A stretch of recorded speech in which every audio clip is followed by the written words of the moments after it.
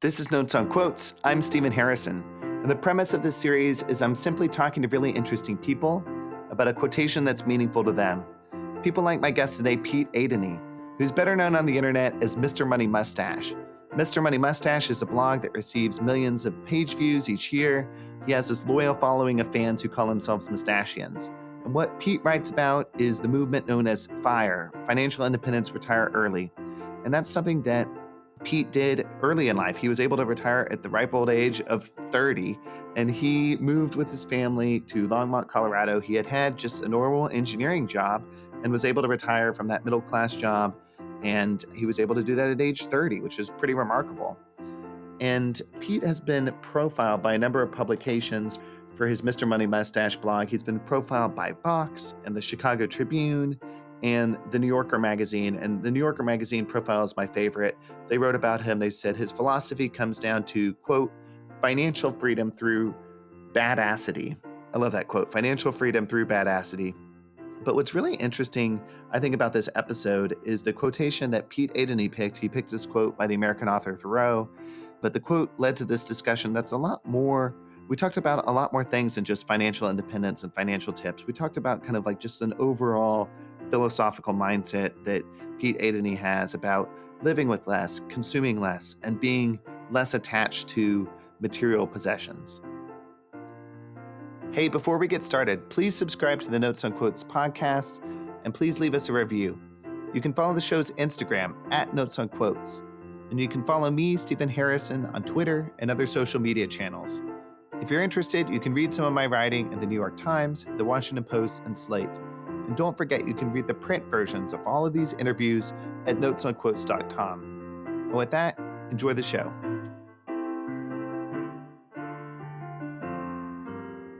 It's kind of exciting to be one of the first guests on this rather cool new show. Yeah, I'm really excited to have you. Hey, before we get too far, I thought I'd ask whether you prefer to go by Pete or Mr. Money Mustache. Do you have a preference? Yeah, since this is not an official advice call, we should pretend that I'm just Pete. On the blog, I like to pretend that I'm only Mr. Money Mustache because it's a bit of a persona that is fun to keep going so that I can be a bit more bossy and opinionated than I would be in my real life. Okay, let's go with Pete. That sounds good for today. So which quote are we chatting about? It's a Henry David Thoreau quote that goes something like, a man is rich in proportion to the number of things he can afford to let alone. Yes, I quite like this quote, and I like it because it's direct and it's concise, but it's also a little bit provocative. And as you mentioned, the quote comes from Henry David Thoreau. He's the 19th century American writer and philosopher. He's famous for his essay, Civil Disobedience, which is the one that a lot of people read in high school, as well as his book, Walden. And for our listeners, that's the 1854 book where Thoreau sets out to live in a cabin nearby Walden Pond in Massachusetts. And the idea that he's just going to focus on living a simple, deliberate life. But my first encounter, we were talking a little bit before the show about when we first encountered Thoreau, my first encounter came not from the book Walden, but from this children's book called My Side of the Mountain. Are you familiar with that one? See, I actually know fairly little about Thoreau because I stumbled into the financial independence and like slightly less spendy lifestyle than average kind of by accident, just on my own ideas. And it was only after I'd been retired about 6 years that I even started writing about these concepts. And then it was only after my writing brought in some readers who left me comments saying, hey, you sound a lot like David Thoreau. Check out these quotes. And ever since then, I've been seeing more and more Thoreau stuff. And I love how he's persisted through the centuries. And I agree with everything I've heard him say so far, but there's probably a lot more reading I should do to really get the full picture. Totally. Yeah. It's enough to make you want to read Walden. And I was kind of curious just sort of about the context of this quote, because it seems so insightful. But what the context was, Thoreau was saying that he could have turned the area around Walden Pond into a farm or an orchard or a pasture. He could have developed that land, but he's decided rather deliberately not to. Why do you think someone like Thoreau might kind of make that decision not to develop the property like that? Well, it sounds like, because he had his needs met in other ways, he didn't need to farm for additional food, or he didn't need to get a bunch of income off of his property, or maybe an average person might have needed more income and he was happy with less. And that's how I've always taken the quote. It's something that I've noticed in my own life as I've gone from like teenager, coming out of a lower middle class, sort of like very, very frugal childhood where we didn't have a lot of stuff. And then into adulthood where I moved myself into a higher income career of engineering. And I was pretty excited about flashy stuff and being able to buy whatever I want in my 20s, let's say. And then it was as I got through my 30s, I realized, wait a minute, these things aren't actually making me happier. And I feel wealthier when I am above wanting something rather than just being wealthy enough to buy that object and then possess it. You know, that's sort of level one, whereas level two is getting above the even the desire to own something. And like cars are the best example for me. One of my biggest sources of wealth is that I'm just not in a desire of a bunch of nice cars. Thinking about the quote, you mentioned kind of leveling up earlier. Doing kind of a close reading of the quote, he says, "A man is rich in proportion to the number of things he can afford to let alone." I kind of zeroed in with you in particular on the word proportion because I associate that word sort of with mathematics. And you've described yourself before, and actually in your emails to me, as a ground level engineer and an engineer. What's kind of the role of mathematical optimization in your financial philosophy? That might be one of the things that's a bit different from me and other engineering types from your average person, like across a country like the US, is that I tend to think of the numbers more. So, I see the numbers even if I'm not looking for them. So for example, if I'm deciding back in the day, how close should I live to work? And should I drive to work, or should I be close enough that I can ride a bike? I would immediately see like, oh, that's about $10 a day I'd be spending on driving between the cost of the car and the cost of gas. And then I multiply that across the number of days I'm going to be working, which is like 200 or more per year. And then across the course of a decade, and think about that with the investment returns. So really quickly, all these small decisions add up to hundreds of thousands of dollars, and relatively small like package of changes in your life can make the difference between being broke and being like a millionaire, at least a single millionaire, $1 million, between the ages of, let's say, 20 when you start your working career and your early 30s. Relatively small stuff. So that's where the math comes in to me, when you apply it to money. And then, of course, I apply it to a bunch of other stuff too. All my other hobbies end up having some numbers behind them. And it's always fun just to use them because I like the efficiency that it brings. I like being able to like snap my fingers and have something happen quickly because I've got it optimized a little bit. Yeah, that makes sense. And I read one of your posts, you said $10 is actually a lot of money, or that was the point that you were making. Yeah, right. I mean, that was from a post that I called "Millionaire has made $10 at a time." And I wrote that one out of frustration that a lot of my friends were always throwing down $10 here and there. Like nowadays it's $10 for a single drink, like a glass of wine at the airport or whatever. You know, they think of that as small because you just get used to it. But you can buy a lot of stuff with $10 in another context. Like if you're at Costco, you can get like 4 days worth of food for $10, like good quality, healthy food. Or if you are investing that $10 on a daily basis, which is, $300 a month or whatever, then it can become quite a bit, especially because we're not talking about a single $10 a day. Most people who have relatively middle class or above jobs are making multiple $10 decisions per day where these $10 bills light on fire, and they can just choose to not do that. And it makes relatively stunning difference in your wealth. The quote again is, "A man is rich in proportion to the number of things he can afford to let alone." Pete, can you tell me about some of the things that you have deliberately decided to let alone? You mentioned earlier that you've let alone cars. That's not a big deal to you. Yeah, and the cars that's the biggest expense and that most people incur that's truly optional. And people think that it's not optional, but it's really a lifestyle design choice. So I would actually be very excited about nice cars if I needed them, like if I had somewhere to go where I had to sit in a car. But I got around that whole deal by just designing my life so it doesn't need cars. So I chose a city to live in that's only 5 miles by 5 miles, even though it has a lot of great amenities and it's a wealthy place. And then I always chose my houses to be close to work.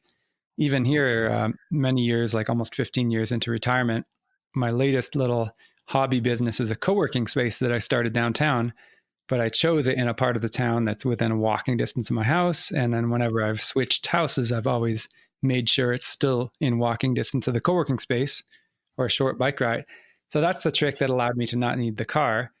And then you can apply that to everything else too. Like I'm not really into fancy restaurant meals all the time. Like I definitely love a great meal and I love being out with friends, but I don't use it for just, a source of calories when I'm hungry. I use that for special occasions. And then I just keep my fridge really well stocked. So it's extremely easy for me to get a great meal at home, which makes me not miss restaurants. So I always try to find a way to get the needs met without the giant costs or time consumption that the average, sort of wealthy American person tends to get sucked into.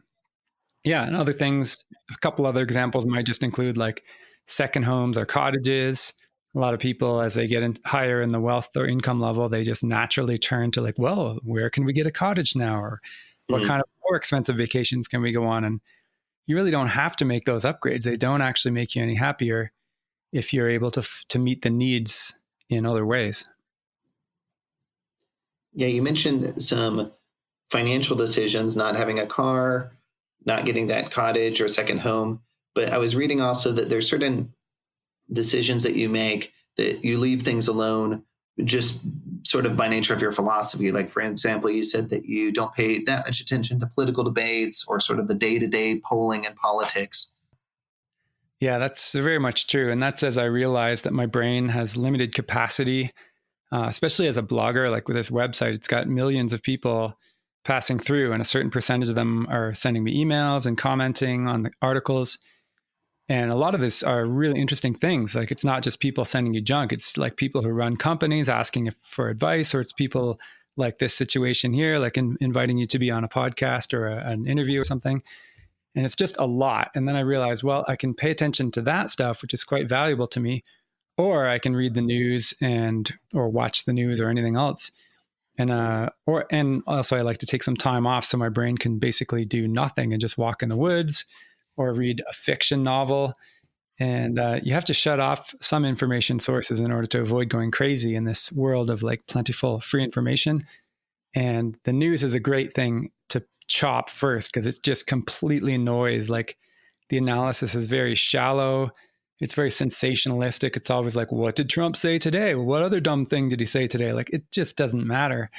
You just need to know where are you going to place your votes in every 2 years and every fourth year, especially. And then you can tune out, like you already know what your values are. So the day-to-day crap that these politicians are saying to each other is purely wasting your very valuable and limited brain power. That makes a lot of sense that as you said, your brain power is important to control, and that you sort of as a person need to be careful what you care about in terms of issues. You've written on your blog that reducing the desire for material possessions is really liberating. Can you speak a little bit more about how that philosophy has kind of helped you personally? I think the main thing is it's almost like the deliberate information diet, to quote Tim Ferriss's description of it, the low information diet. Having a lower stuff diet is also good because every time you take a new interest in something, whether it is cars or horses or like hunting or anything else, there's only a certain number of pastimes that you can keep up with and buy equipment for. And the economy, the way it is, the world economy, the goods and services keep getting better and cheaper relative to our income. So you can be into a million things right now and have the equipment for all of them, even if you're like a middle income person. And it just clogs your garage, and it leaves you feeling guilty that you haven't like done enough archery this month because you were busy fishing, or maybe you were busy with work. And the idea of deliberately saying no to more things and just focusing on a few things that you really enjoy just brings you a lot more joy. So for example, the one thing that has stayed true with me since I was a teenager is just carpentry, like building stuff ranging from chairs all the way up to entire houses. That always brings me a lot of satisfaction. So if I ever have free time, I just put more time into carpentry. I'll just build something, whether it's working with friends or helping people build things in the neighborhood or working on my own properties. And that sucks up all my free time, between being a dad most of the time and then being a blogger a very little bit, being a carpenter somewhere in the middle. I really don't need more hobbies or pastimes or objects because I can only be awake for 15 or 16 hours a day anyway. And those are pretty blissful hours as it is. You mentioned that you're a dad, and I was curious, like, to what extent does this idea of kind of cutting back on your material spending and kind of being very deliberate with your time, to what extent has that had repercussions, sort of positive or negative, with your personal and social life with friends and family? It has been amazing. It's really the best decision that I ever stumbled into in my life. I can't give myself credit at age 30 for being wise enough to predict this, but I just had this vague idea that work was sucking up a lot of my time and I was earning a fair amount of money. So, hey, let's use this money to buy some freedom to get more free time. But the results have been spectacular. Like, it turns out that when you have kids, that's a lot of work, and they really compete with your career, and you have to make massive compromises if you're trying to do both. And if you're not trying to run a career during the time with the kids, then you can give your whole heart to your job as a parent. And that has felt really, really good, to just never have to say no to anything child raising related, unless it's no for your own good or for the kids' own good. But yeah, that I really love focusing on not too many things, to just bring that same theme up, which really goes along with a Thoreau quote. And it's a lot better for my social life too, because you can say yes to your friends. If someone's planning a vacation, they're going to on a sailing trip or whatever, and it happens to be on some weekdays, you don't have to check your vacation time with your boss. And, you have as much vacation time as you want. I've been able to spend so much more time with my family back up in Canada all of these 15 years since we retired. Spent almost every summer, the entire summer in Ontario. So yeah, it's an incredible win, as you'd expect. If you have all the free time in the world and plenty of money, that makes for a lot of really good options. And I take it you can spend your time on activities you enjoy, like carpentry or writing, because even though you're able to retire from the corporate job or the software engineering job, you quote unquote can work on those things that you enjoy. Yeah. And not everybody's the same. Like, I noticed that I'm a little bit more wired for activity than some people. For example, I can't do a cruise ship or a beach vacation, even though I've tried them, because I need to work. I mean, I need to be productive and physically active to really have a good day.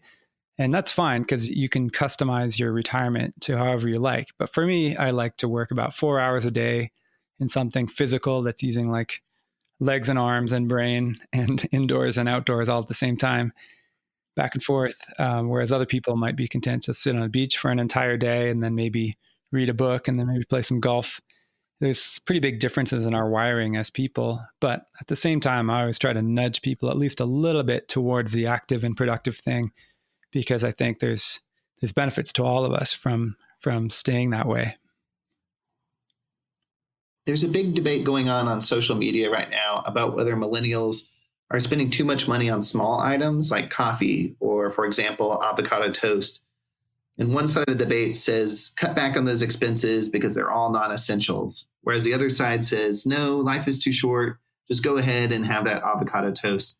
What are your thoughts on that debate and the idea of frugality generally? Yeah, I wonder how true that is, if the characterization of millennials as spendy on these experiences is true or not. I mean, we would have to see some real numbers, but if we take that for just assume it's true, I would say that yeah, most people probably should be exercising some self-discipline and giving themselves not too many treats throughout the day, unless you can earn a ton of money and so it's not really affecting your wealth.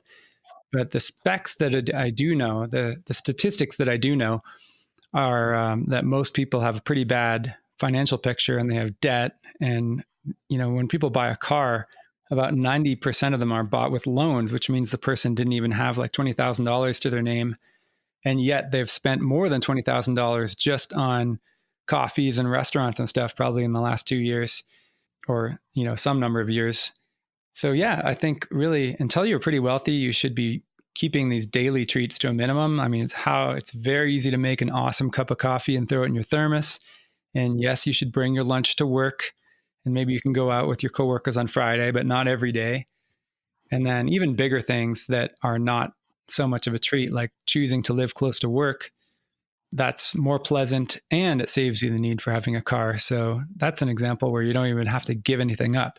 You just have to make a smarter decision of choosing your job and your house with proximity in mind and pretending that cars don't exist. And it's shocking how well this works. Nobody does it, but when the very few people who do, they all write back and say, "Wow, I had no idea that it really is possible to live close to work if you make it a priority." The coffee and avocado debate has a lot to do with millennials. Do you think that millennials have more challenges than, let's say, older generations when it comes to financial independence? I sure don't think so. I could be naive about this because I don't study the generation and the employment statistics all that well, but I do know that in general, we have the lowest unemployment in US history right now, and it's been really, really low for a long time. And in certain sectors, very big sectors, the pay rate is really high. And as long as these people, the younger generation, have had relatively good experiences, like not abusive childhoods, and they got an education that at least allows them to function as an adult, they're pretty qualified for a lot of these jobs. So yeah, there's nothing systematic that's oppressing millennials as far as I've ever read, although I could be wrong on it. And stuff we read in the news, I think, just likes to portray heroes and victims and sob stories and things like that, just because that gets more clicks. I think you've described it before as excusitis. Yeah, excusitis, the failure disease, is a great old 1950s expression that I got from this hilarious self-help book called The Magic of Thinking Big. And it is amazing how that disease lives on through the generations. And it's very common for people to love to make excuses for things. And then it spreads too, just like a disease. If you hear your friends making excuses, you will do the same thing. But once you learn to catch yourself and basically just don't make excuses, and instead you own everything, like, I didn't ride my bike to work today because I'm a wussy pants, or like because I'm too much of a wimp to get a little bit of water in my jeans. Like, you say that instead of saying, well, I'm busy and, I have this important thing after work and everything else. Or like, oh, I would never ride in the rain. It's ridiculous to ride in the rain. Instead of that, you just admit your faults and then be comfortable with them. Like, there's lots of things that I'm not enough of a badass to do, but I don't use excuses to say why I couldn't do them, other than just saying, yeah, I'm not quite that strong. And if I want to, I can train up to become that level of a badass. And sometimes you don't want that. I don't need to be able to lift 600 pounds on a barbell, or I don't need to be able to run 30 miles in the desert like some people do. And I'm fine with that. No excuses. It's just that I'm not willing to put in the work. However, other things I have put in the work, and I've been really happy with that result as well. In the same vein of excuses, you've written before that optimism has immense practical benefits. Why is that? Yeah, optimism is another, it's almost the flip side of the coin of the excusitis, and it's rarely practiced. And I think it's underrated. It's like it's outrageously powerful. And the few of us who dare to practice it get these disproportional advantages. So first of all, it fools you into trying stuff. Being an optimist makes you try things that you would otherwise not have the guts to try. And sure enough, some of those things can succeed. A lot of things have succeeded for me that I wouldn't have dared to try before I got this higher level of confidence. And then secondly, even if you fail, that's a really, really good learning experience. And of course, that's a cliche, but yeah, a lot of people are afraid to fail. And really, failure is not that bad. What it really boils down to when you fail something is some numbers on your computer screen might go down. They might decrement, like your money, a little bit. You may or may not have to make a couple of phone calls or go to an office here or there to like straighten some stuff out. And then your mistake is done. And then you've learned a whole bunch of stuff, and then you can use that learning to do stuff much better in the future. So when you think about the real life consequences of a failure of one type or another, it's usually a lot less than what you think it is. So yeah, just go out and try things, assume they're going to work. And then the other reason optimism is amazing is because it's very, very persuasive on other people. Like when you tell people that you're going to do something or together we are going to do something, they just generally tend to listen. They're like, holy shit, this person has got something that I don't know. I better just follow along and do what they say. So then you end up getting these teams of allied, excited people working with you and for you. And then sure enough, they do what you told them to do just because they liked the feeling you gave them. And my website, my blog is a good example. There's now been like something close to 40 million people have passed through that. And a lot of them have stuck around as regular readers. And it's resulted in all of these like news articles and stories and TV and documentary stuff. And I didn't even do anything magic. I just presented some good news in an optimistic fashion and got people to try this financial independence thing. And now there's all these people doing it, and there's other blogs and websites. And I really credit the optimism for a lot of that. Well, I really like the point you raised about the persuasive power of optimism, because in preparation before this, I was reading about Thoreau, and some people say that he's sort of pessimist or a misanthrope because he just wanted to go to Walden Pond and get away from people. But I think the better argument, and the argument a lot of people have made, is that he was an optimist in the sense that he believed in this concept of self-transcendence and moving on and living a more deliberate life, and that it takes a certain amount of confidence to do that, what he did at Walden Pond. And of course, you mentioned the persuasiveness of it. We're still talking about Thoreau now and quoting him on podcasts like this. Yeah. I mean, he had a long lasting effect.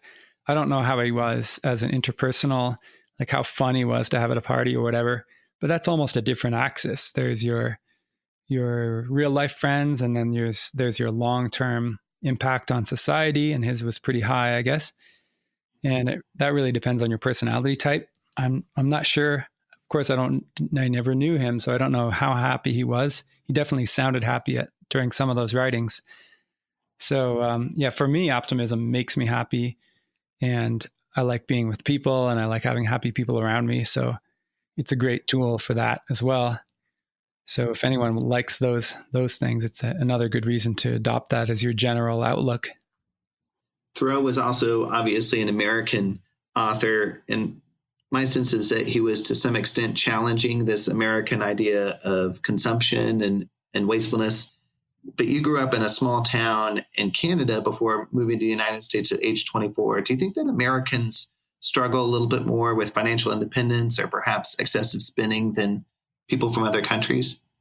Yeah, that's definitely true. There's a difference from one country to the other in our values and our thriftiness and how sensible we are. So Americans have a stereotype of being these sort of splashy Las Vegas and cruise ship and wasteful people. And in general, that's true. Like on average, we have lots of exceptions, of course, but on average, we spend and consume more per person, and we have a lower savings rate than most of the other rich countries. And especially Nordic countries like Denmark and Norway, the attitudes of those people and the numbers that back that up in terms of their health levels and how much of their public infrastructure allows people to be active and bike around, and how much they consume and like fossil fuels and all this other stuff. They're just way ahead of us, like decades. And that's neat. I don't know if it's a genetic difference or cultural or both, but the part of Canada that I grew up in and in the era of like the 70s and 80s was much more low key, and like the fanciest thing in my town was like a 1992 Mercury Cougar.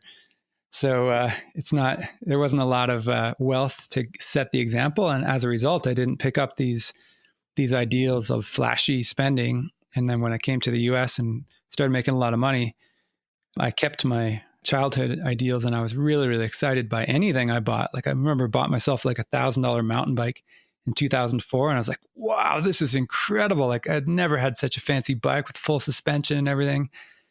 And then later on, like a couple of years later on the mountain bike trails, people are like, wow, that's an old school bike. You're really legit riding this hard trail on such a simple bike.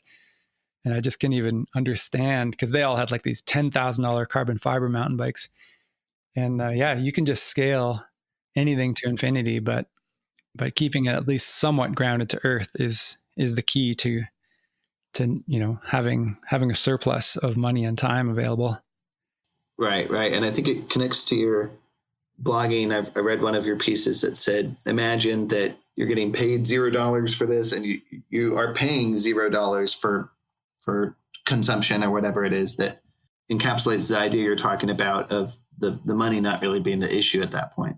Yeah, that was a little exercise that I try to encourage my other early retired friends, especially people who are retired with a pretty big surplus of money.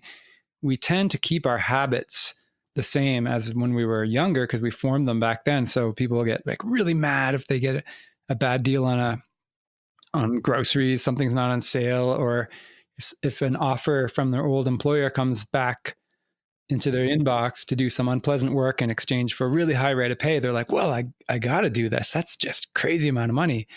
So I remind people like, well, would you do it if the pay rate was 0? And they say, no, of course not. And then I say, well, then you shouldn't do it because this extra money is going to make 0 difference in your life. You already have enough. Anything more than enough is 0 use to you. And similarly, when you're deciding on buying a product or something that you think is overpriced, but you really need it or want it, as long as you can truly afford it and it's not going to affect your financial health in the future, then just pretend the price is 0 and say, would you buy it in that case? That one can go a little awry if you're like a materialistic person. So I'm careful when I wield that advice. But in general, it's good training for people who are too stingy, just to relax and pretend that money isn't even in existence anymore. You mentioned that advice was sort of for people who were starting in early retirement. Maybe they built up a big sum of money that can kind of last for that long period of time. What about people who are on sort of the opposite end of the spectrum, maybe working in a minimum wage job or working multiple jobs? Like, what kind of advice do you think you would have for them? It's totally different advice. In that situation, you do want to build up as much of a surplus and a cushion as you can, but you should still not wreck your life to do so. So, for example, it's better to work forever in a minimum wage job, just to use that example, that is enjoyable than it is to work half your life in a horrible job and then have the second half of your life off. Because in the first situation, hypothetically, you've enjoyed your entire life. So definitely don't make a lot of sacrifices. Don't sacrifice your happiness just for money. I always suggest that you look for win-wins and also cut out the things that are really expensive and you can't afford. Like if you're making anything less than like $200,000, you should not be buying $30,000 cars, which is actually less than the average price of a new car in the US. People are way out of whack on their spending in proportion to our incomes. So that part is definitely worth cutting and thinking about. People should shop around for jobs and switch jobs a little more often than they do and negotiate a little bit better and just tilt those balances of income and spending. And surpluses can happen way more easily than people think. And that's because this is actually a very wealthy country with extremely cheap necessities like food. So you can get ahead more than most people assume. Thoreau's writing is often associated with the conservation or environmental movement. And I was doing some research before this, and I saw that, for example, the rock star Don Henley started a profit back in 1990 called the Walden Woods Project to protect the forest around Walden Pond. He was a big fan of Thoreau. And Pete, I was wondering, do you connect your Mr. Money Mustache philosophy with environmental issues? For example, you mentioned cars a number of times. Yeah, well, this is a bit of a secret, but my blog is not actually even a personal finance blog. It's an environmental activism blog disguised as a personal finance blog, because I figured that the best way to save the human race from destroying itself through overconsumption of its own habitat is to get my fellow rich people excited about consuming less natural resources. So, I mean, of course, it also makes you happier and richer and people like you more and everything. But yeah, the only way to prevent ourselves from driving ourselves off a cliff in terms of natural resources and, climate change and everything is to not keep accelerating and in fact to rapidly slam the brakes on how much shit we're lighting on fire and burning and throwing into the oceans and everything. And luckily, you don't have to compromise at all to do that. I mean, we could cut our consumption by 75% today and we would live happier lives as we woke up tomorrow morning. Like we're at least at a 75% complete bullshit waste level. So yeah, I go off on a little bit of a rant when you get this subject, but it's an environmental blog and a finance blog. And I wouldn't be writing it if it was just about money, because I already got mine taken care of, right? So why do I care about other people's money? I care about us all getting to live in a better world. And I like that idea because it's not too deliberately preachy on the environmental subject. What you're saying is it's almost like a Trojan horse of an environmental blog where it's masked in the financial independence concept. Yeah. I mean, you have to lead people with a carrot rather than chasing them with a stick. And I learned after moving to this country that environmental stuff, even though it shouldn't be, it's been politicized, and it's so ridiculous. Like, I'll say like, oh, you shouldn't pollute so much. And they're like, what are you, a liberal? And like, I'm like, no, I'm a fucking human, like trying to allow the planet to live longer for my fellow humans. That has nothing to do with politics. Yeah. So I learned not to say that stuff because it turns off 50% of the population. So instead, I thought we should focus on something we can all agree on, which is improving our personal lot in life and getting rich. And that seems to be working so far, as long as this secret doesn't get out. I was reading, there's another Thoreau quote that I like, and it goes something like this. It says, as you simplify your life, the laws of the universe will be simpler. What are some of your practical strategies for people who are really finding it really hard to simplify their lives, maybe especially from a financial perspective? I think it's just exercising the power of no. So you have to start saying no when people want you to commit to an appointment that's in the future, or to sign up for another vacation, or to do things like, and just start with a little baby step. I often encourage people to say like, okay, next weekend, or maybe 2 weekends from now, because you might have already plans for this weekend, but spend a weekend where you don't do anything. You don't go out to a restaurant. You don't do any shopping or leave town. Don't go to the mountains. Don't go to the lake for riding around in the boat. And instead, you just build up a to-do list of all the stuff that you should have been doing if you had more time. And that might include like finally paint your daughter's bedroom, or organize the cutlery drawer, or like wash the car and clean out the garage. All this stuff that really costs you nothing, and it keeps you at home, and you end up meeting your neighbors more, and it's physically often good for you because there's often physical chores. And this really simplifies your life. It's the activities that most people plan that are messing them up, I think. I mean, if you have a job, that's already enough activity. You don't need to have like a bunch of extracurricular stuff on top of that. And that's because those extracurricular things are blocking you from the other things you should be doing, which is like getting 2 hours of workout in every day of some sort, like outdoor activity, and taking care of your house, and reading books, and like learning skills, and all this stuff. So that's my tip is most people do a lot more stuff than I do. And I spend a lot more time just unscheduled and working on little projects around town. Well, it's very Thoreau like advice, by the way, because that was part of the reason he went to Walden, to have that time for self-reflection and not to be so wrapped up in he also said that most men live lives of quiet desperation. I think of someone who has maybe a corporate job where they're grinding all the time. He's speaking to those people as well. Yeah, that's definitely true. That was such a forward-looking statement. But when I see people who have 2 kids and 2 high-powered careers for the 2 parents, and then all the other activities, and they're in debt on everything like houses, cars, monthly payments on all this stuff, that really is a kind of quiet desperation, because you can never stop thinking and you can never stop running on this super fast treadmill. Otherwise, you're going to get thrown right off the back and through the window of your expensive Connecticut house. It's easy to start peeling that back and make your life better, but so few people do it. They're just always desperate, and then they lose a job, or a recession comes, and then suddenly they're $10,000 a month in the hole. And it's all because of the stuff they added unnecessarily to their own life. It's not even quite designed. It's almost designed by default, because the society has a lot of stuff going on around us, and we tend to just say yes to it. Like, hey, do you want to go to lunch today? Hey, do you want to go to lunch the next day? Do you want to join this club? Oh, are you going to throw your kids into the expensive private school that's 15 miles away?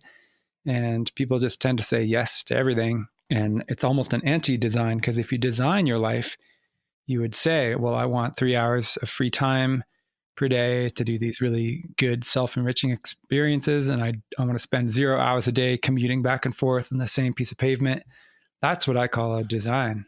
Yeah, on the topic of design, Pete, you told me that now that you're retired, you never schedule more than one thing on any given day. Is that right? Oh, yeah. Yeah. I'm not really, I get a little bit stressed out if I have too many things to hop between. And, then there's a chance of being late for one thing, or like another opportunity comes up and you have to say no, like, oh, I have these 5 appointments today. So I kind of just, as a rule of thumb, which I sometimes break, but as a rule of thumb, I like to say just one thing per day. So today it's being on this podcast. Hey, well, Pete, I really can't thank you enough for making this interview your one agenda item for the day. I really appreciate you coming on the show, and I've really enjoyed the conversation. Yeah, thanks. Me too. Thanks for listening to Notes on Quotes. Again, I'm Stephen Harrison, and this series is a team effort with audio production done by Jason Cady. Transcriptions provided by Sarah Baum of Sharp Copy Transcription. Our theme song is Water and Bridges by Joshua Heffernan, and the podcast cover art was created by the talented Kathy Weller. Check out our website, notesonquotes.com, for the archive of all previous episodes and the print versions of all prior interviews. Sign up to get the notes delivered to your inbox and help support the series. Follow us on Instagram, Medium, and social media at Notes on Quotes. And don't forget to subscribe and leave a review for the podcast on whatever platform you choose. Thanks again.